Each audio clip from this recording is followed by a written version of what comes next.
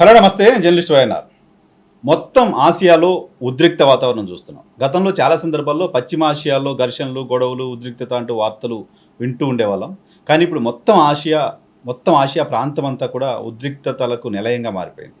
ఒక పక్క Russia Ukraine war, మరోపక్క పాలస్తీనా ఇజ్రాయెల్, ఆ తర్వాత తాజాగా ఇండియా పాకిస్తాన్ మధ్య ఉన్న పరిస్థితులు. వీటన్నిటి నేపథ్యం ఏంటి? ఈ పరిస్థితికి కారణం ఏంటి? ఆసియా ప్రాంతంలో ఈ స్థాయిలో అలజడులు రావడం వెనక ఉన్న ప్రధానమైన రీజన్ ఏంటి? జనరల్‌గా దేశాల మధ్య భూభాగాల గొడవో, ఇంకేదో గొడవ ఉంటుంది. బట్ వీటన్నిటికీ కామన్‌గా కనిపిస్తున్న వివాదం, కామన్‌గా కనిపిస్తున్న కారణం ఉగ్రవాదం. ఉగ్రవాదం దేశాల మధ్య యుద్ధానికి, భవిష్యత్తులో మరిన్ని ప్రమాదాలకు కారణం కాబోతుందా అనిపిస్తోంది ఇండియా, పాకిస్తాన్ మధ్య తాజా పరిస్థితులు చూసినప్పుడు. సో, ఈ ఉగ్రవాదాన్ని అంతమొందించడం ఎలా? తాజా పరిణామాలపైన మనతో మాట్లాడడానికి ప్రొఫెసర్ కంచె ఐలయ్య మనతో పాటు స్టూడియోలో ఉన్నారు. సార్ నమస్తే. నమస్తే. సార్, ఆసియా ప్రాంతంలో ఇంత ఉద్రిక్తతలకు ప్రధానమైన కారణం, మీరు అబ్జర్వ్ చేసిన కారణం, మీ పర్సెప్షన్‌లో ఏంటి? అంటే ఇప్పుడు మీరు అన్నట్లు 3 యుద్ధ రంగాలు ఏషియా ఖండంలో ఇప్పుడు నడుస్తున్న యుద్ధాలుగా ఉన్నాయి. అంటే ఇండియా పాకిస్తాన్ది యుద్ధ వాతావరణం క్రమంగా పుంజుకుంటున్నది. డ్రోన్లు, తర్వాత విమానాల దాడులు ఇవి జరుగుతున్నాయి. అంటే మొదటి వారు గత ఆల్మోస్ట్ 3.5 సంవత్సరాలుగా ఉక్రెయిన్ రష్యా మధ్య జరిగింది భూభాగ సమస్య. అంటే ఉక్రెయిన్ మా ఆధీనంలో ఉండాలి, యూరోపు అమెరికా కలిపి నడిపే నాటో క్యాంపులో ఉక్రెయిన్ చేరడానికి వీల్లేదు.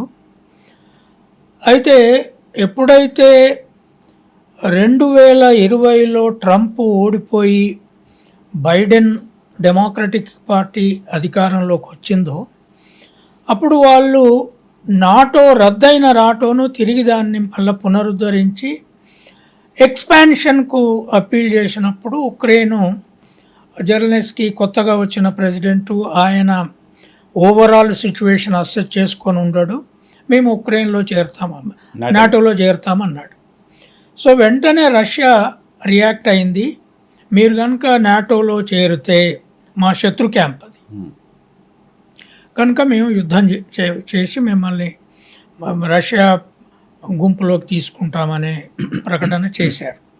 తర్వాత జెలెన్స్కీ వినలేదు, నాటో క్యాంప్ అంతా కూడా ఆయన ఉక్రెయిన్కు సపోర్టుగా పోయింది. ఇప్పుడు 4 సంవత్సరాల నుంచి ఘోరమైన యుద్ధం జరుగుతున్నది. ఉక్రెయిన్ పెద్ద ఎత్తున నష్టపోయింది, రష్యాకు కూడా నష్టాలు జరిగినాయి. నాట్ దట్, ఎందుకంటే యూరోపు అమెరికా ఉక్రెయిన్కి అండగా నిలబడి ఆయుధాల సప్లై చేసింది కనుక. రెండవది ఇజ్రాయెల్ పాలెస్టైనియన్ వార్. 7 అక్టోబర్ 23 నాడు ఈ హమాస్ టెర్రరిస్టులు ఇజ్రాయేలీలు కొంతమంది ఒక ఫెస్టివల్లో ఉండగా పోయి దాడులు చేసినందువల్ల అమాయక ప్రజలు, పిల్లలతో పాటు 1500 మంది చనిపోయారని ఆనాడు చెప్పారు. వెంటనే ఇజ్రాయేలు ఈ హమాస్ క్యాంపుల మీద దాడులు మొదలుపెట్టింది.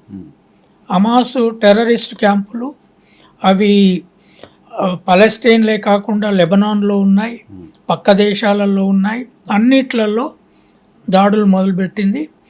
అది క్రమంగా ఇప్పుడు 1.5 సంవత్సరాలకు పైన మొత్తము పాలెస్టైన్, ముఖ్యంగా వెస్ట్ బ్యాంక్ కంప్లీట్గా ధ్వంసమైంది.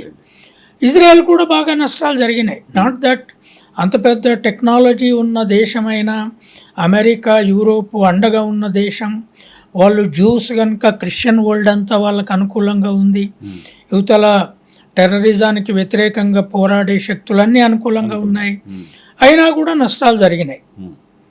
ఇప్పుడు కశ్మీర్లో పహల్గామ్లో ఒక టూరిజంలో పోయిన ఫ్యామిలీసు సడన్గా వాళ్ళ మీద పహల్గామ్లో టెర్రరిస్టులు వచ్చి స్త్రీలు తర్వాత పిల్లలు ఉండంగా వాళ్ళ భర్తల్ని టార్గెట్ చేసి చూసి కాల్చి చంపేయడం వల్ల సరే దాంట్లో ఆ గుర్రాల మీద వీళ్ళని తీసుకుపోయిన ఒక లోకల్ ముస్లిం వ్యక్తి కూడా చనిపోయాడు. మిగతా వాళ్ళంతా బయట వాళ్ళు, టూరిస్టులు వాళ్ళు, పిల్లలు ఉన్నారు. సో భారతదేశం ఒక్కసారి ఉడికిపోయేంత కోపం వచ్చే పరిస్థితి వచ్చింది. దాని తర్వాత 7వ తారీఖు నాడు అక్కడ టెర్రరిస్టులను ట్రైన్ చేసే క్యాంపుల మీద భారతదేశము అటాక్ చేసింది. అది క్రమంగా ఎస్కలేట్ అవుతుంది. ఎస్కలేట్ అవుతున్న దశలో సరే 2 వైపులా షెల్లింగ్స్ జరుగుతున్నాయి, డ్రోన్స్తో దాడులు జరుగుతున్నాయి. Higher level of weaponry, naval వారు ఎంత జరుగుతుంది అనేది ఇంకా మనం వేచి చూడాల్సి ఉంది. సో యాక్చువల్గా డిఫరెంట్ కార్నర్స్లో ఆర్మీ, తర్వాత ఎయిర్ ఫోర్సు, నేవీ అన్ని రంగాలలో సిద్ధంగా ఉండాల్సిన పరిస్థితి ఇప్పుడు మనకు వచ్చింది. ఎందుకంటే కశ్మీరు ఒక కీలకమైన ఇష్యూగా ఉన్నది కనుక ఇండియా పాకిస్తాన్ మధ్య. కానీ ఇంతకుముందు ఎప్పుడు టెర్రరిజం, క్రూరమైన హత్యతో నేషనల్ సెంటిమెంట్ ఇంత హట్టు తిన్న ప్రక్రియలో యుద్ధం మొదలుగాలి. ఇంతకుముందు అయిన యుద్ధము ఈవెన్ కార్గిల్ వారు కూడా లోకల్ ఆర్మీ మధ్య సంఘర్షణలు ప్రారంభం కావడంతో జరిగింది. సో ఇప్పుడు డెఫినెట్గా ఈ దేశంలో ఉన్న అన్ని మతస్థులు కూడా, ఈవెన్ ముస్లిమ్స్ కూడా they said this is absolutely bad. ఈ టూరిజం పోయిన వాళ్ళను, ముఖ్యంగా ఆ బెంగాలీ లేడీ ఆమె భర్తను అక్కడే కాల్ చేసి ఆమె నన్ను కూడా కాల్ చేయండి అంటే లేదు మేము మగవాళ్ళనే కాల్ చేస్తామని, ఆడవాళ్ళ పరిస్థితి, పిల్లల పరిస్థితి చూస్తే అందరికీ కోపం వచ్చింది. నాకు కూడా I felt so terrible. So ఇటువంటి దాంతో ఇప్పుడు యుద్ధం మొదలైంది. ఇది ఎస్కలేట్ అయ్యే పరిస్థితి కనపడుతుంది. ఇక్కడ ఇంకొక వాతావరణం ఏముంది అంటే అక్కడ పాలెస్తీన్ ఇజ్రాయెల్ వారు జరుగుతున్న క్రమంలో అటు ఇజ్రాయేలీకి అమెరికా, యూరోపు, ఒక రకంగా క్రిస్టియన్ వరల్డ్ అంతా సపోర్ట్గా ఉన్నాయి. ఇటు పాలెస్టీనియన్కు ఇరాన్, తర్వాత పక్కన ఉన్న లెబనాన్, ఇవి కొంత అండగా ఉన్న పరిస్థితి ఉన్నాయి. మిడిల్ ఈస్ట్ ఎందుకో పెద్దగా ఇంటర్వ్యూన్ కాలేదు. దో పాలెస్టీనియన్స్ అంతా ముస్లింలే అయినప్పటికీ ఇంటర్వ్యూన్ కాలేదు. రష్యా ఇండైరెక్ట్గా పాలెస్టీన్కు సపోర్ట్ చేస్తుంది అనే వార్తలు వచ్చాయి, కానీ నేరుగా వాళ్ళ వెపన్స్ ఇచ్చి హమాస్కు హెల్ప్ చేసిన ప్రక్రియ కనపడలేదు మనకు. ఇప్పుడు India Pakistan is a bigger war terrain. ఒకవేళ అయితే అటు చైనా మనతో చాలా కాలంగా శత్రుదేశంగా ఉంది. ఆల్రెడీ 62లో ఒక వార్ జరిగింది.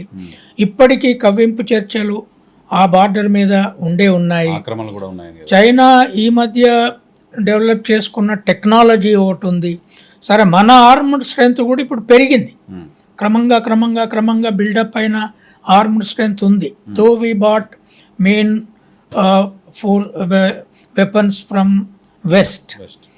బట్ ఈ స్థితిలో అయితే నా కన్సర్న్ ఏమిటంటే నరసింహరావు గారు, ఇప్పుడు 2 మేజర్ యుద్ధాలు అక్కడ కంప్లీట్ పాలెస్టీనియన్ ధ్వంసం చేయడానికి ఒక టెర్రరిస్ట్ దారితీసింది.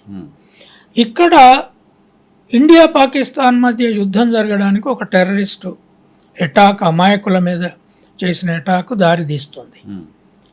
ఈ టెర్రరిజం అనేదాన్ని అవి మతాలు అలో చేసిన, దేశాలు అలో చేసిన, సమాజాలు అలో చేసిన, ఇవి లీగల్గా ఉండే ఇన్స్టిట్యూషన్ కంటే భిన్నంగా ఆపరేట్ చేస్తాయి.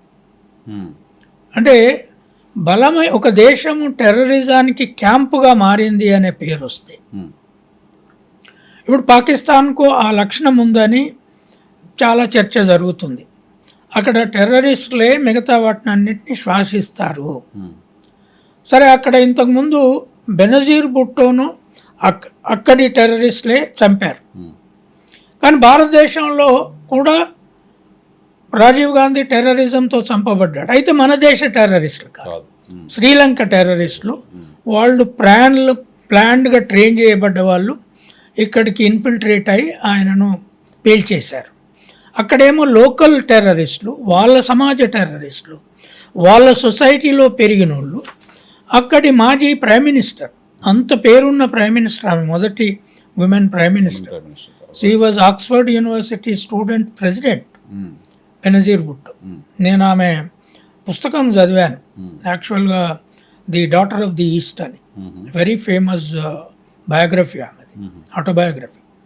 అంటే ఇప్పుడు ఈ పాకిస్తాన్లో టెర్రరిజం ట్రైనింగు, వాళ్ళు మన మీద దాడి చేయడానికి కావచ్చు, వాళ్ళు కంట్రోల్ చేయలేక సోషల్ సిస్టము, ఇప్పుడు టెర్రరిజం ఒక సమాజంలో బతకాలి అంటే వాళ్ళకు షెల్టర్ ఇచ్చే వాళ్ళు ఉండాలి, వాళ్ళకు ఫుడ్ పెట్టే వాళ్ళు ఉండాలి, వాళ్ళు బెదిరించి ఫైనాన్సెస్ చేసుకోవచ్చు. కానీ మిలిటరీనో పోలీసో వాళ్ళని అటాక్ చేస్తున్నప్పుడు ఎక్కడెక్కడో షెల్టర్ ఇచ్చి కాపాడే శక్తులు సమాజంలో లేకపోతే అవి బతకరు. ఇది టెర్రరిస్టులను బతికించే ఐడియాలజీ మతాల రీత్యా వచ్చిన లేదా ఇతర కారణాల వల్ల వచ్చిన, అది ఇంతకుముందు టెర్రరిజం దేశం లోపట్నే ఈ ఎదురు క్యాంపులను మీద దాడులు చేసి చంపేసేవారు.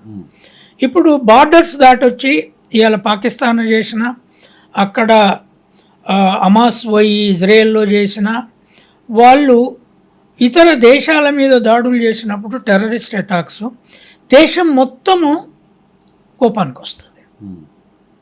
See, it is a new, it creates what we call a national psychological environment.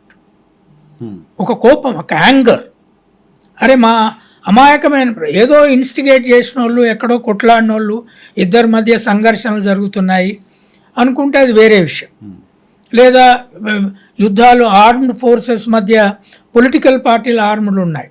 For example నక్సలైట్లు సాయుధాలు పట్టుకొని ఉన్నారు, పోలీసులు నక్సలైట్ మధ్య జరిగే సంఘర్షణలో ఒక రకమైన చర్చ ఉంటుంది. కానీ టెర్రరిస్టులు అమాయకంగా పోయిన ప్రజల మీద అటాక్ చేసినప్పుడు అది కూడా నేషనల్ బార్డర్స్ దాటో లేకపోతే ఇక్కడోళ్ళు పోయి అక్కడ ట్రైనింగ్ తీసుకొని వచ్చో చేస్తున్నప్పుడు ఇండియా నిరంతరంగా దాన్ని ఫేస్ చేస్తుంది. ఇవాళనే కాదు, చాలా కాలంగా ఫేస్ చేస్తుంది. బాంబే అటాక్ కావచ్చు, హైదరాబాద్ అటాక్ కావచ్చు, ఆ తర్వాత జరిగిన పార్లమెంట్ అటాక్ కావచ్చు, కశ్మీర్ చుట్టూ నిరంతరంగా జరిగేటివి కావచ్చు, ఇవన్నీ ఒక నేషనల్ యాంగర్ను బిల్డ్ చేసినాయి. బిల్డ్ చేసినప్పుడు ఏమవుతుంది, రైట్ వింగ్ ఫోర్సెస్, వాటిని కౌంటర్ చేయాలనే ఫోర్సెస్, ఎక్స్ట్రీమ్ రిలీజియస్ ఫోర్సెస్ అధికారంలోకి ఈజీగా వచ్చే అవకాశం ఉంటుంది. ఇప్పుడు అక్కడ చూడు, Netanyahu is a kind of Jewish authoritarian. మన దగ్గర ఈ టెర్రరిజం వ్యతిరేక పోరాటం మేము బలంగా చేస్తామనే బీజేపీ అధికారంలోకి వచ్చింది. అటువంటి సందర్భాలు ఉన్న కాంటెక్స్ట్లో ఇది యుద్ధాలకు దారితీస్తే దేశాల ఆర్థిక వ్యవస్థ ఎటువైపు పోద్ది. అంతేకాదు ఖండాలు. ఇప్పుడు నాకు ఒక భయం ఏముందంటే, ఇప్పుడు నువ్వు అన్నట్లు ఈ 3 జోన్స్ ఏషియా ఖండంలో ఉన్నాయి. ఏషియన్ ఎకానమీ ఇప్పుడిప్పుడే వెస్ట్కు కొంత ధీటుగా, ఇప్పటికీ మనం విద్యారంగంలో వాళ్ళ మీద ఆధారపడుతున్నాం, సైన్స్లో వాళ్ళ మీద ఆధారపడుతున్నాం. ఎక్సెప్ట్ చైనా కూడా ఇప్పటి వరకు ఒరిజినల్ డిస్కవరీ చైనాకు లేవు, అడాప్టెడ్ టెక్నాలజీసే చైనాకు ఉన్నాయి. మొన్న డీప్ సీక్ అనే ఒక సర్చ్ ఇంజిన్ వాళ్ళు, అది కూడా అక్కడి నుంచి చిప్స్ కొనుక్కొచ్చుకొనే చేసుకున్నారు. కనుక ఇప్పుడు ఏషియాలో ముస్లిం వరల్డ్లో 56 దేశాలు ఉన్నాయి, కానీ ఇండిపెండెంట్గా టెక్నాలజీ తయారు చేసే కెపాసిటీ ఏ దేశానికి లేదు. సౌదీ అరేబియా అంత ఆర్థికంగా ఉన్నప్పటికీ it is totally dependent on western economy, western science model. వీళ్ళంతటా వీళ్ళు సైన్స్ తయారు చేస్తారు. మనము డిస్కవరీ చేయగలిగిన విద్య అసలు ఇంక అందుకోలే. మన ఒరిజినల్ అంటే మహాత్మా పూలే సినిమా చూసావో లేదో నువ్వు? లేదు సార్. నేను 2 సార్లు చూశాను. అంటే అక్కడ మొదలుపెట్టాం మన విద్యారంగం. అంటే శూద్రులకు, దళితులకు, ఆదివాసులకు విద్య లేకుండా న్యూ డిస్కవరీ సాధ్యం కాదు. ఎప్పుడు వచ్చింది మనకు విద్య? 1848లో పూలే సావిత్రిబాయితో మన విద్య స్టార్ట్ అయింది. అప్పటికే యూరోప్, అమెరికా మనకంటే కొన్ని వందల ఏండ్లు డెవలప్డ్ కంట్రీస్ అయిపోయాయి. పాపులర్ పీపుల్స్ ఎడ్యుకేషన్లో ముందంజలు ఉన్నారు, యూనివర్సిటీస్ ఉన్నాయి. ఇప్పుడు మనం పికప్ అయ్యే దశలో ఉన్నాం. ఈ దశలో ఈ దేశాలే కనుక వరల్డ్ వార్కి బేస్ అయితే, ఇంకోటి నరసింహారావు, ఇప్పుడు మనం వరల్డ్ పాపులేషన్ చూస్తే మేజర్ పాపులేషన్ ఏషియా ఖండంలో ఉంది. చైనా, ఇండియా ఎనఫ్ కదా.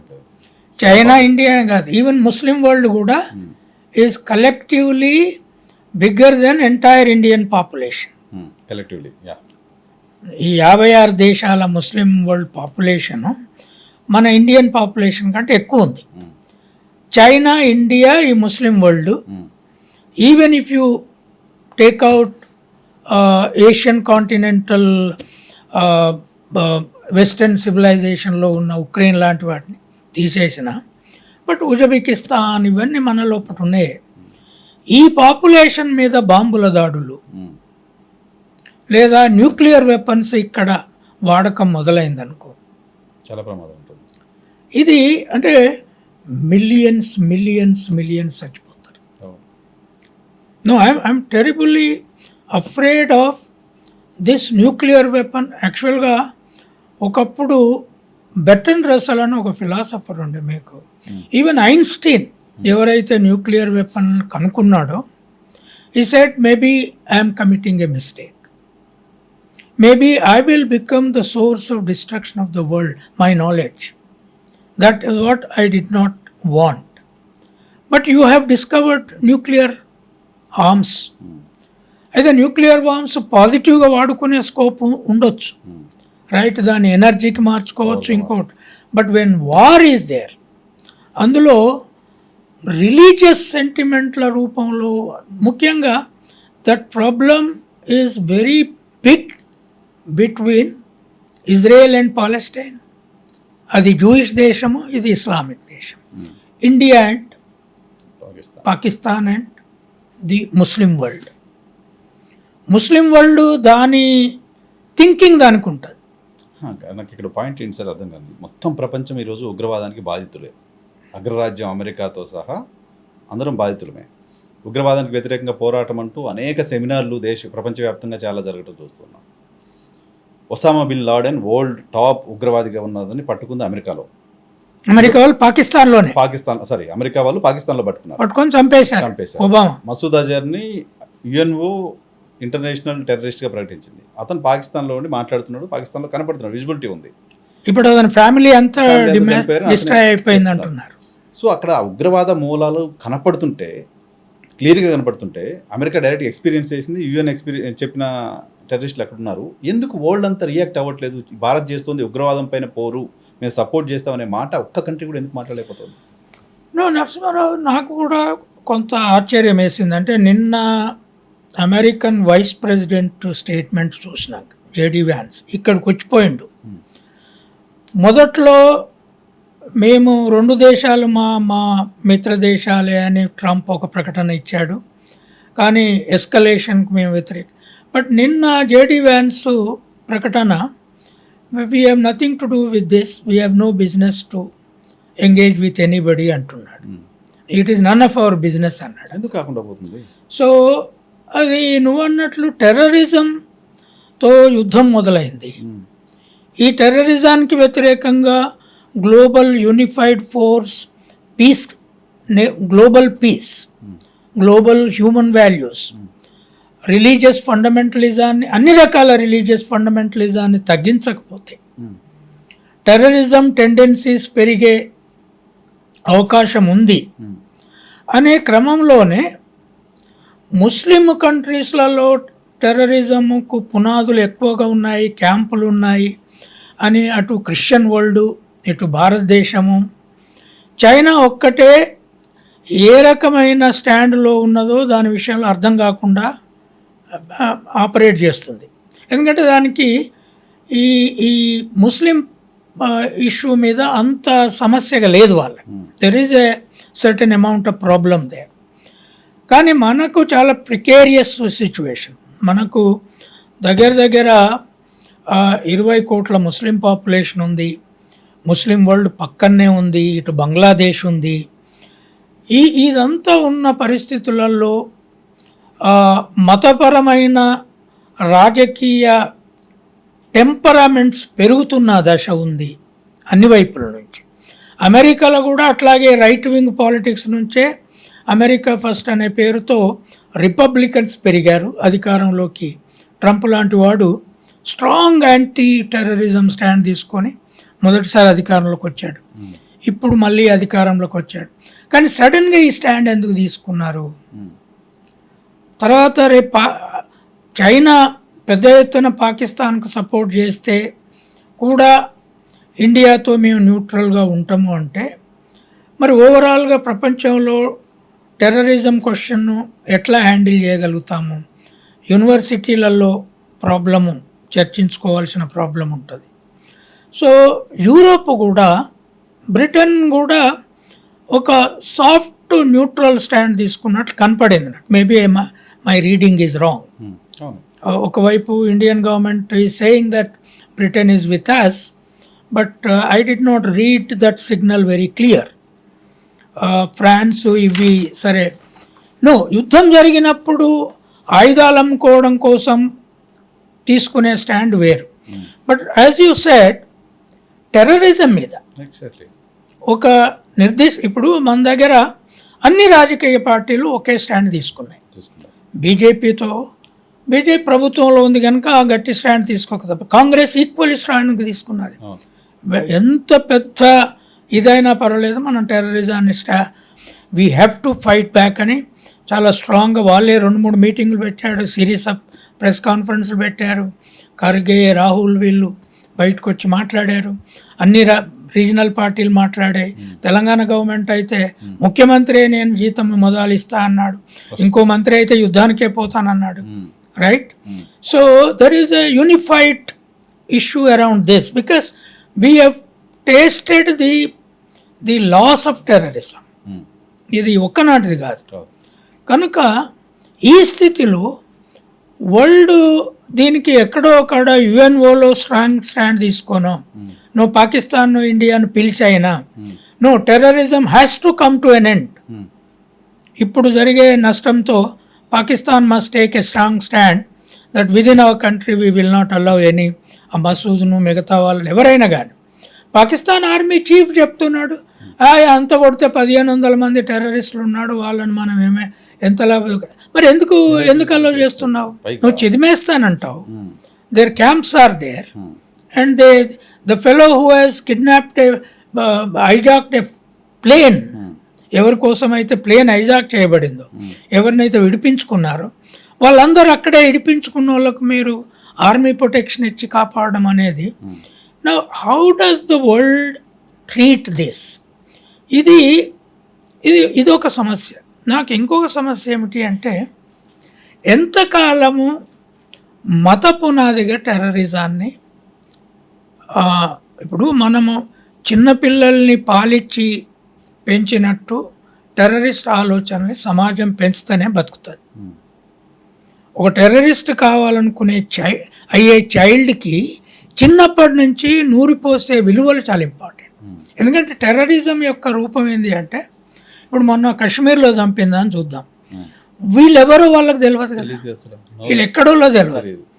ఒకటే వాళ్ళు పెట్టుకొని వచ్చింది, వాళ్ళు హిందువులు అయితే మనం చంపుదాము, మగోళ్ళనే చంపుదాము, పిల్లల్ని కాదు స్త్రీలను కాదు అని చెప్పిండ్రని అంటున్నారు. We don't know. మనము అక్కడికి పోయి వాళ్ళ భర్తలు చంపిన ఆడోళ్ళు, కలకత్తా స్త్రీ ఆమె బిడ్డ కూడా చెప్పింది, పిల్లలు కూడా చెప్పారు.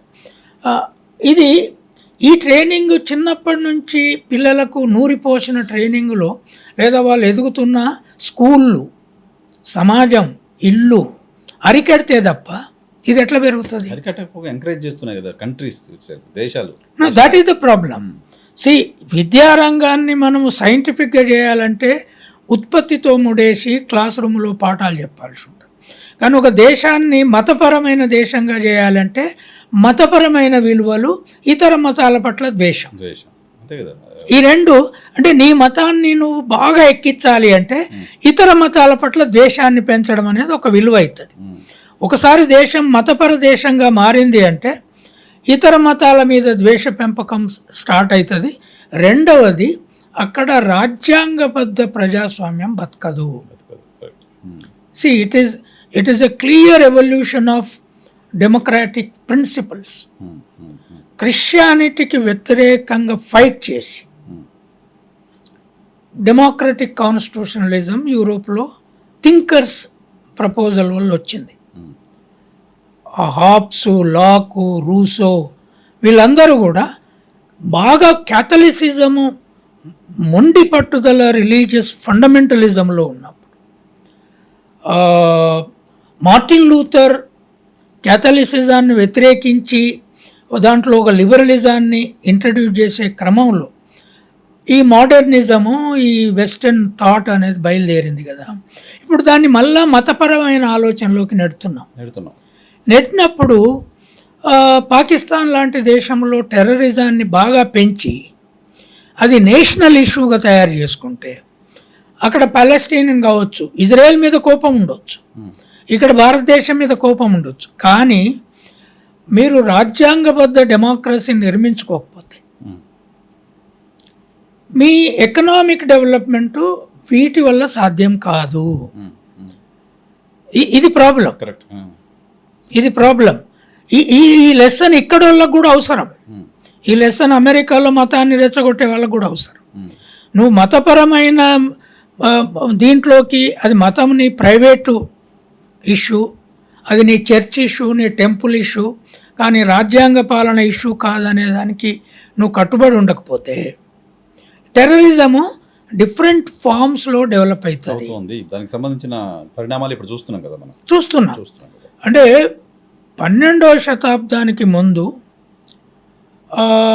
క్రుసేడ్స్ జరిగినాయి. ఆ తర్వాత క్యాథలికిజానికి ప్రొటెస్టెంట్సిజానికి మధ్య యుద్ధాలు జరిగినాయి.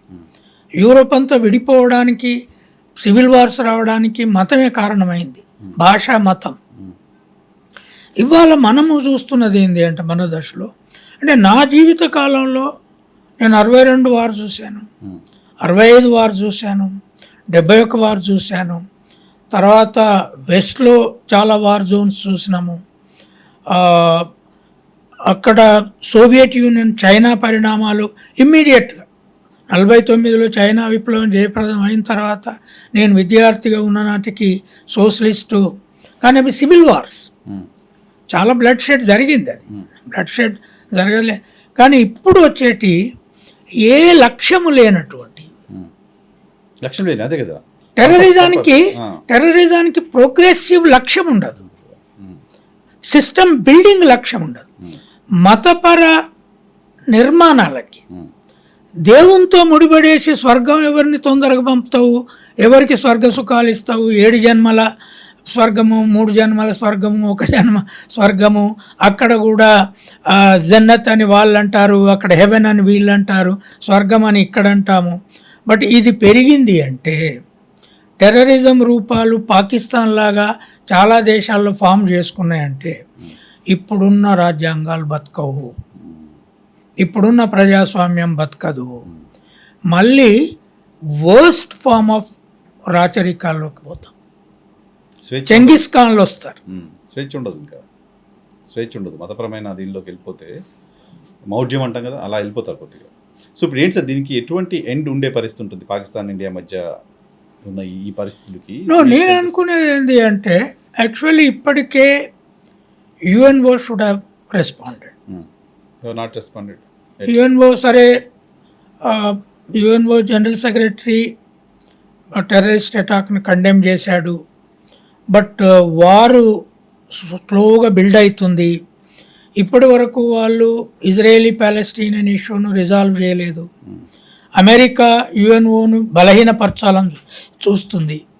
యాక్చువల్గా ట్రంప్ వచ్చిన తర్వాత దానికి అమెరికా ఇచ్చే ఫండ్ రిసోర్స్ను కట్ చేసి పడేసింది, చేసేసారు. ఈ స్థితిలో ఇఫ్ యుఎన్ఓ ఆల్సో వీకెన్స్, అది ఇట్లాంటి యుద్ధాలకు ఎక్కడో కాడ రెజల్యూషన్ ఇవ్వగలిగే వాతావరణము యుఎన్ఓ కూడా లేకుండా పోయిందనుకో, దెన్ ఇట్ కంప్లీట్లీ బలానికి వదిలేయడం అవుతుంది. ఆయా దేశాల బలము, ఆయా దేశాలు సమకూర్చుకునే బలం. అంతే కదా. అప్పుడు రీజనల్ వార్స్ మొదలైతే, ఈ రీజనల్ వార్స్ మొదలైతే అంటే నేను I'm still waiting middle east ఒకవైపు ఎస్ ఇది అయిన తర్వాత మలేషియా కండెమ్ చేసింది టెర్రరిస్టు దాడులని, తర్వాత ఇరాన్ కండెమ్ చేసిందా లేదా అనేది నేను న్యూస్లో ఎక్కడ చూడలే. సౌదీ అరేబియా కండెమ్ చేసినట్లుంది. బట్ ముస్లిం దేశాలు కలెక్టివ్గా దీన్ని లేదు మేము ఇంటర్వ్యూన్ అయ్యి దీన్ని ఆపేస్తాము, terrorism we are also not willing to support, this is a sheer violation of even Islamic ideals, we will not accept అని వాళ్ళు ఒక ఇనిషియేటివ్ తీసుకొని పాకిస్తాన్తో మాట్లాడి, ఇండియాతో మాట్లాడి తీసుకునే ఇనిషియేటివ్ వాళ్లకు లేదు. They have left it to regional forces. UNO act చేస్తలేదు. చైనా దాని అడ్వాంటేజ్ కోసం అది చూస్తుంది. మనం ఓకే, భారతదేశము ముఖ్యంగా బీజేపీ వచ్చిన తర్వాత అమెరికాకు చాలా దగ్గరగా ఉన్నది. అయితే ఎప్పుడైతే ఉక్రెయిన్ వార్ స్టార్ట్ అయిందో, రష్యా నుంచి మనం ఆయిల్ తెచ్చుకుంటున్నాం కనుక, చీప్ ఆయిల్ అప్పటి నుంచి మనం ఇంపోర్ట్ చేసుకుంటున్నాం కనుక యూరోప్ దేశాలు మన మీద కొంత కోపంగా ఉన్నాయి ఉక్రెయిన్ విషయంలో. బికాజ్ మొదట్లో చాలా విమర్శలు ఉన్నాయి, ఏదో మీడియేట్ చేసే, అంటే ఇప్పుడు భారతదేశము కూడా ఐ థింక్ నాన్ అలైన్మెంట్ అనే పాలసీ నెహ్రూది, కాంగ్రెస్ అని వీళ్ళు ఆలోచిస్తున్నారు కానీ no, it was the best policy for a country like India. Correct. దాన్ని మోడీ గవర్నమెంట్ కూడా దాన్ని డీపెండ్ చేయాల్సిన అవసరం. జస్ట్ అసలు మూమెంట్ని వీక్ చేసేసారు, వదిలేశారు కదా సార్.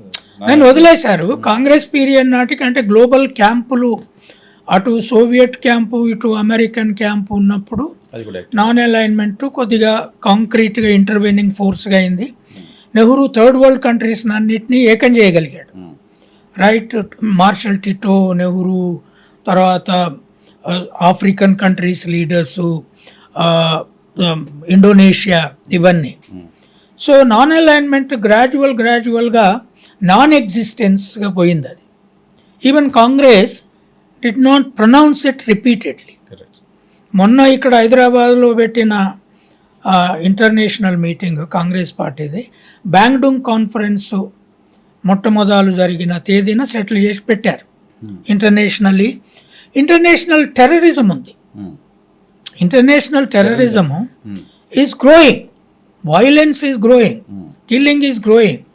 తర్వాత అమెరికా లాంటి దేశాలు ఇర్రెస్పాన్సిబుల్గా నువ్వు ప్రజలకు, విద్యార్థులకు, ప్రజలకు వీసాలు ఇప్పించే కార్యక్రమం కొన్ని దశాబ్దాలు ఉండగా వీసాలు ఉన్నోళ్లను చాలా క్రూయల్గా నువ్వు వాళ్ళను పిల్ల జల్ల తట్టబుట్ట సదిరించి పంపించేస్తున్నావే. There is no international discourse on this. కానీ ఇప్పుడు అది ఇండియాకి ఎంత నష్టం, అది ఎంత ఎంత ఎంత ఘోరంగా పంపిస్తున్నారు. దాని మీద మనం గట్టిగా మాట్లాడే పరిస్థితి లేవు.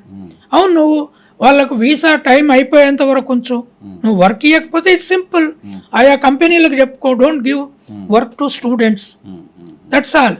నువ్వు ప్రతి చిన్న దాని మీద వాడు కార్ డ్రైవింగ్లో చిన్న పొరపాటు చేసిండని, తర్వాత అక్కడ అకస్మాత్తుగా పిల్లలు చచ్చిపోతున్నారు. ఎందుకు చచ్చిపోతున్నారో తెలియట్లా. There is a new trend there. So దీని మీద ఇంటర్నేషనల్ ఆర్గనైజేషన్స్ లేవు. UNO has to take responsibility for all these. America విధానాలు ఒకటి, టెర్రరిజం అనేది అణుబాంబు కంటే ప్రమాదం. ఇప్పుడు అణుబాంబు ఎవరు ముందు వాడొద్దు, మీరు సంతకాలు పెట్టండి, ఇదేదో ప్రపంచం అంతా మాట్లాడుతుంది. కానీ టెర్రరిజం కోసం ఆ తరహా ఫైట్ జరగాల్సిన అవసరం ఉంది. ఆ తరహా ఫైట్ జరగకపోతే ఇటువంటి పరిస్థితులు, ఇటువంటి ఉద్రిక్తతలు చాలా దేశాల మధ్య వచ్చే ప్రమాదం. So in fact terrorism now is link to religion. Correct. అది ఇంటర్నల్ సివిల్ వారు ఇష్యూ ఏషియన్ సెటిలర్స్కి, లోకల్ సిమాలీస్కి మధ్య వచ్చి టెర్రరిజంగా ఫామ్ అయింది ప్రభాకరన్ ఇది. కానీ ఇక్కడ ఉన్నది మిడిల్ ఈస్ట్లో ఉన్నది అది కాదు. ఇట్ ఈజ్ ఏ రిలీజియస్ ఆ లోకల్ దేశాలకు కూడా చాలా నష్టం చేసింది, ఆయా దేశాలకు కూడా నష్టం చేసింది. బిల్డింగులు అసలు మొత్తము ఎయిర్పోర్ట్లు ఆయా దేశాలే, ఇన్ఫ్రాస్ట్రక్చర్ రూలర్స్ మీద టెర్రరిజం గ్రూపులకు కోపాలు, దీంతో వాళ్ళ ఆర్మీ ఎటుపోద్దో తెలియదు. ఆ స్థితి మిగతా దేశాలకు అంటుకున్నది అనుకో, then we will lose control over our own civil society, our own markets. ఇప్పుడిప్పుడే ప్రపంచ మార్కెట్లు ఎక్స్పాండ్ అయ్యి న్యూ ఎకానమీస్ ఫామ్ అవుతున్న దశ ఇది. ఈ దశలో ఇట్లాంటి వార్స్ రావడం అనేది నేను అనుకుంటా, ఐ థింక్ భారతదేశంలో మళ్ళీ ఒక intellectual debate for new world order, world peace. ఈ వరల్డ్ పీస్లో డెఫినెట్గా బీజేపీ నెహ్రూతో ఏకీభవించకపోవచ్చు, but Nehru has initiated a very powerful international tool through non alignment. నేను యాజ్ ఎ విద్యార్థిగా చదువుకున్నాను అది. అది ఆనాడు కూడా మాకు ఒకవైపు మేము కమ్యూనిస్టు మూమెంట్లకు సపోర్ట్దారులుగా ఉన్నా, ఇంటర్నేషనల్గా నాన్ అలైన్ మూమెంట్ చాలా ఇష్టపడేవాళ్ళు. 80 దేశాలకు పైగా మూమెంట్ లో పార్టిసిపేట్ చేసేది. That's how Nehru was also a source of inspiration for communist early స్టేజ్లో. యంగ్ పీపుల్కి Nehru was a source of inspiration nation wide, internationally also. కనుక ఇప్పుడు అట్లాంటి ఆలోచన ఒకటి చేసి తర్వాత my feeling is, I think the intellectual open debate about the need for UNO intervening. అంటే ఇప్పుడు మనమే గెలుస్తాము అనే ధీమా ఒకటి, కానీ వరల్డ్ పీస్ గురించి ఆలోచించడం ఒకటి. బ్రిటన్లోనే ఉంటూ బ్రిటను, రష్యా, ఫ్రాన్సు, అలైడ్ దేశాలు గెలుస్తున్నాయని తెలుస్తున్న దశలో Bertrand Russell, European intellectuals no end war అనే క్యాంపెయిన్ చేశారు. పాసిఫిజం అనే ఒక మేజర్ క్యాంపెయిన్ చేశారు. మనము కూడా we stand by our government, there is no question on this. We stand against this kind of terrorism by all means, including risking our lives, that's no question. Kani we cannot lose the sight of the future world, the future India. Kanuka at UNO, ఇటు intellectual forces, so వీటన్నిటికీ కూడా ఒక open discussion. అంటే సౌత్లో ఉన్న మనము దీని మీద పెద్ద పట్టించుకోము. మనకు పాకిస్తాన్, ఇండియా వారు ఇమ్మీడియట్గా మన మీద వచ్చేది అనిపించదు. ఢిల్లీ నుంచి అటు వెస్టర్న్ ఇండియాకి ఇది డైలీ స్లీప్లెస్ నైట్స్ ఉంటాయి. నేను అనేది ఏంటి అంటే, no, it is everybody's issue now. It is an India issue, world issue. హైదరాబాద్లో ఉన్నాం కనుక మనము సేఫ్గా సెక్యూర్గా ఉన్నాం అనేది కాదు. See it is a question of human life, national life. కనుక I think my appeal to intellectuals in India and the world is that I think we have to strengthen UNO now. Unfortunately, Asian continent నుంచి ఏ ఒక్క పెద్ద దేశానికి UN general secretary రాలే ఇప్పటి వరకు. India general కాలేదు. Even China నుంచి కూడా జనరల్ సెక్రటరీ కాలే UNO. ఆఫ్రికా నుంచి అయ్యాడు, ఓపియన్ అని అయ్యాడు. మధ్యలో ఇంకొక అతను కూడా వచ్చాడు. But my point is, I think ఈ టెర్రరిజం వల్ల there is a greater risk. Religions also, youth, families, intellectuals in religion must constantly address this question. అది ఏ రిలీజన్ అయినా కావచ్చు. దీన్ని అడ్రస్ చేయకపోతే మీ ఫ్యామిలీసు, మీ సొసైటీలు, మీ వార్డులు, క్రమంగా మీ రాష్ట్రాలు, మీ దేశము నాశనం అయిపోతాయి. చూడాలి సార్, ఆ తరహా ఇనిషియేషన్ ఎవరో ఒకరు తీసుకోవాలి. బహుశా కొన్ని రోజులు సమయం పడుతుందేమో, చూద్దాం. Okay, it is a very major issue, but I think somewhere it has to begin. Thank you sir, thank you very much. ఇది కంచా ఐలయ్య గారితో భారత్ పాకిస్తాన్ మధ్య ఉన్న ఉద్రిక్తతల నేపథ్యంలో ఉగ్రవాదాన్ని అణిచివేయడం కోసం, వరల్డ్ పీస్ కోసం ఏం చేయాలనే దానికి సంబంధించి కంచా ఐలయ్య గారి అభిప్రాయాలు చూస్తున్నామని డిహెచ్.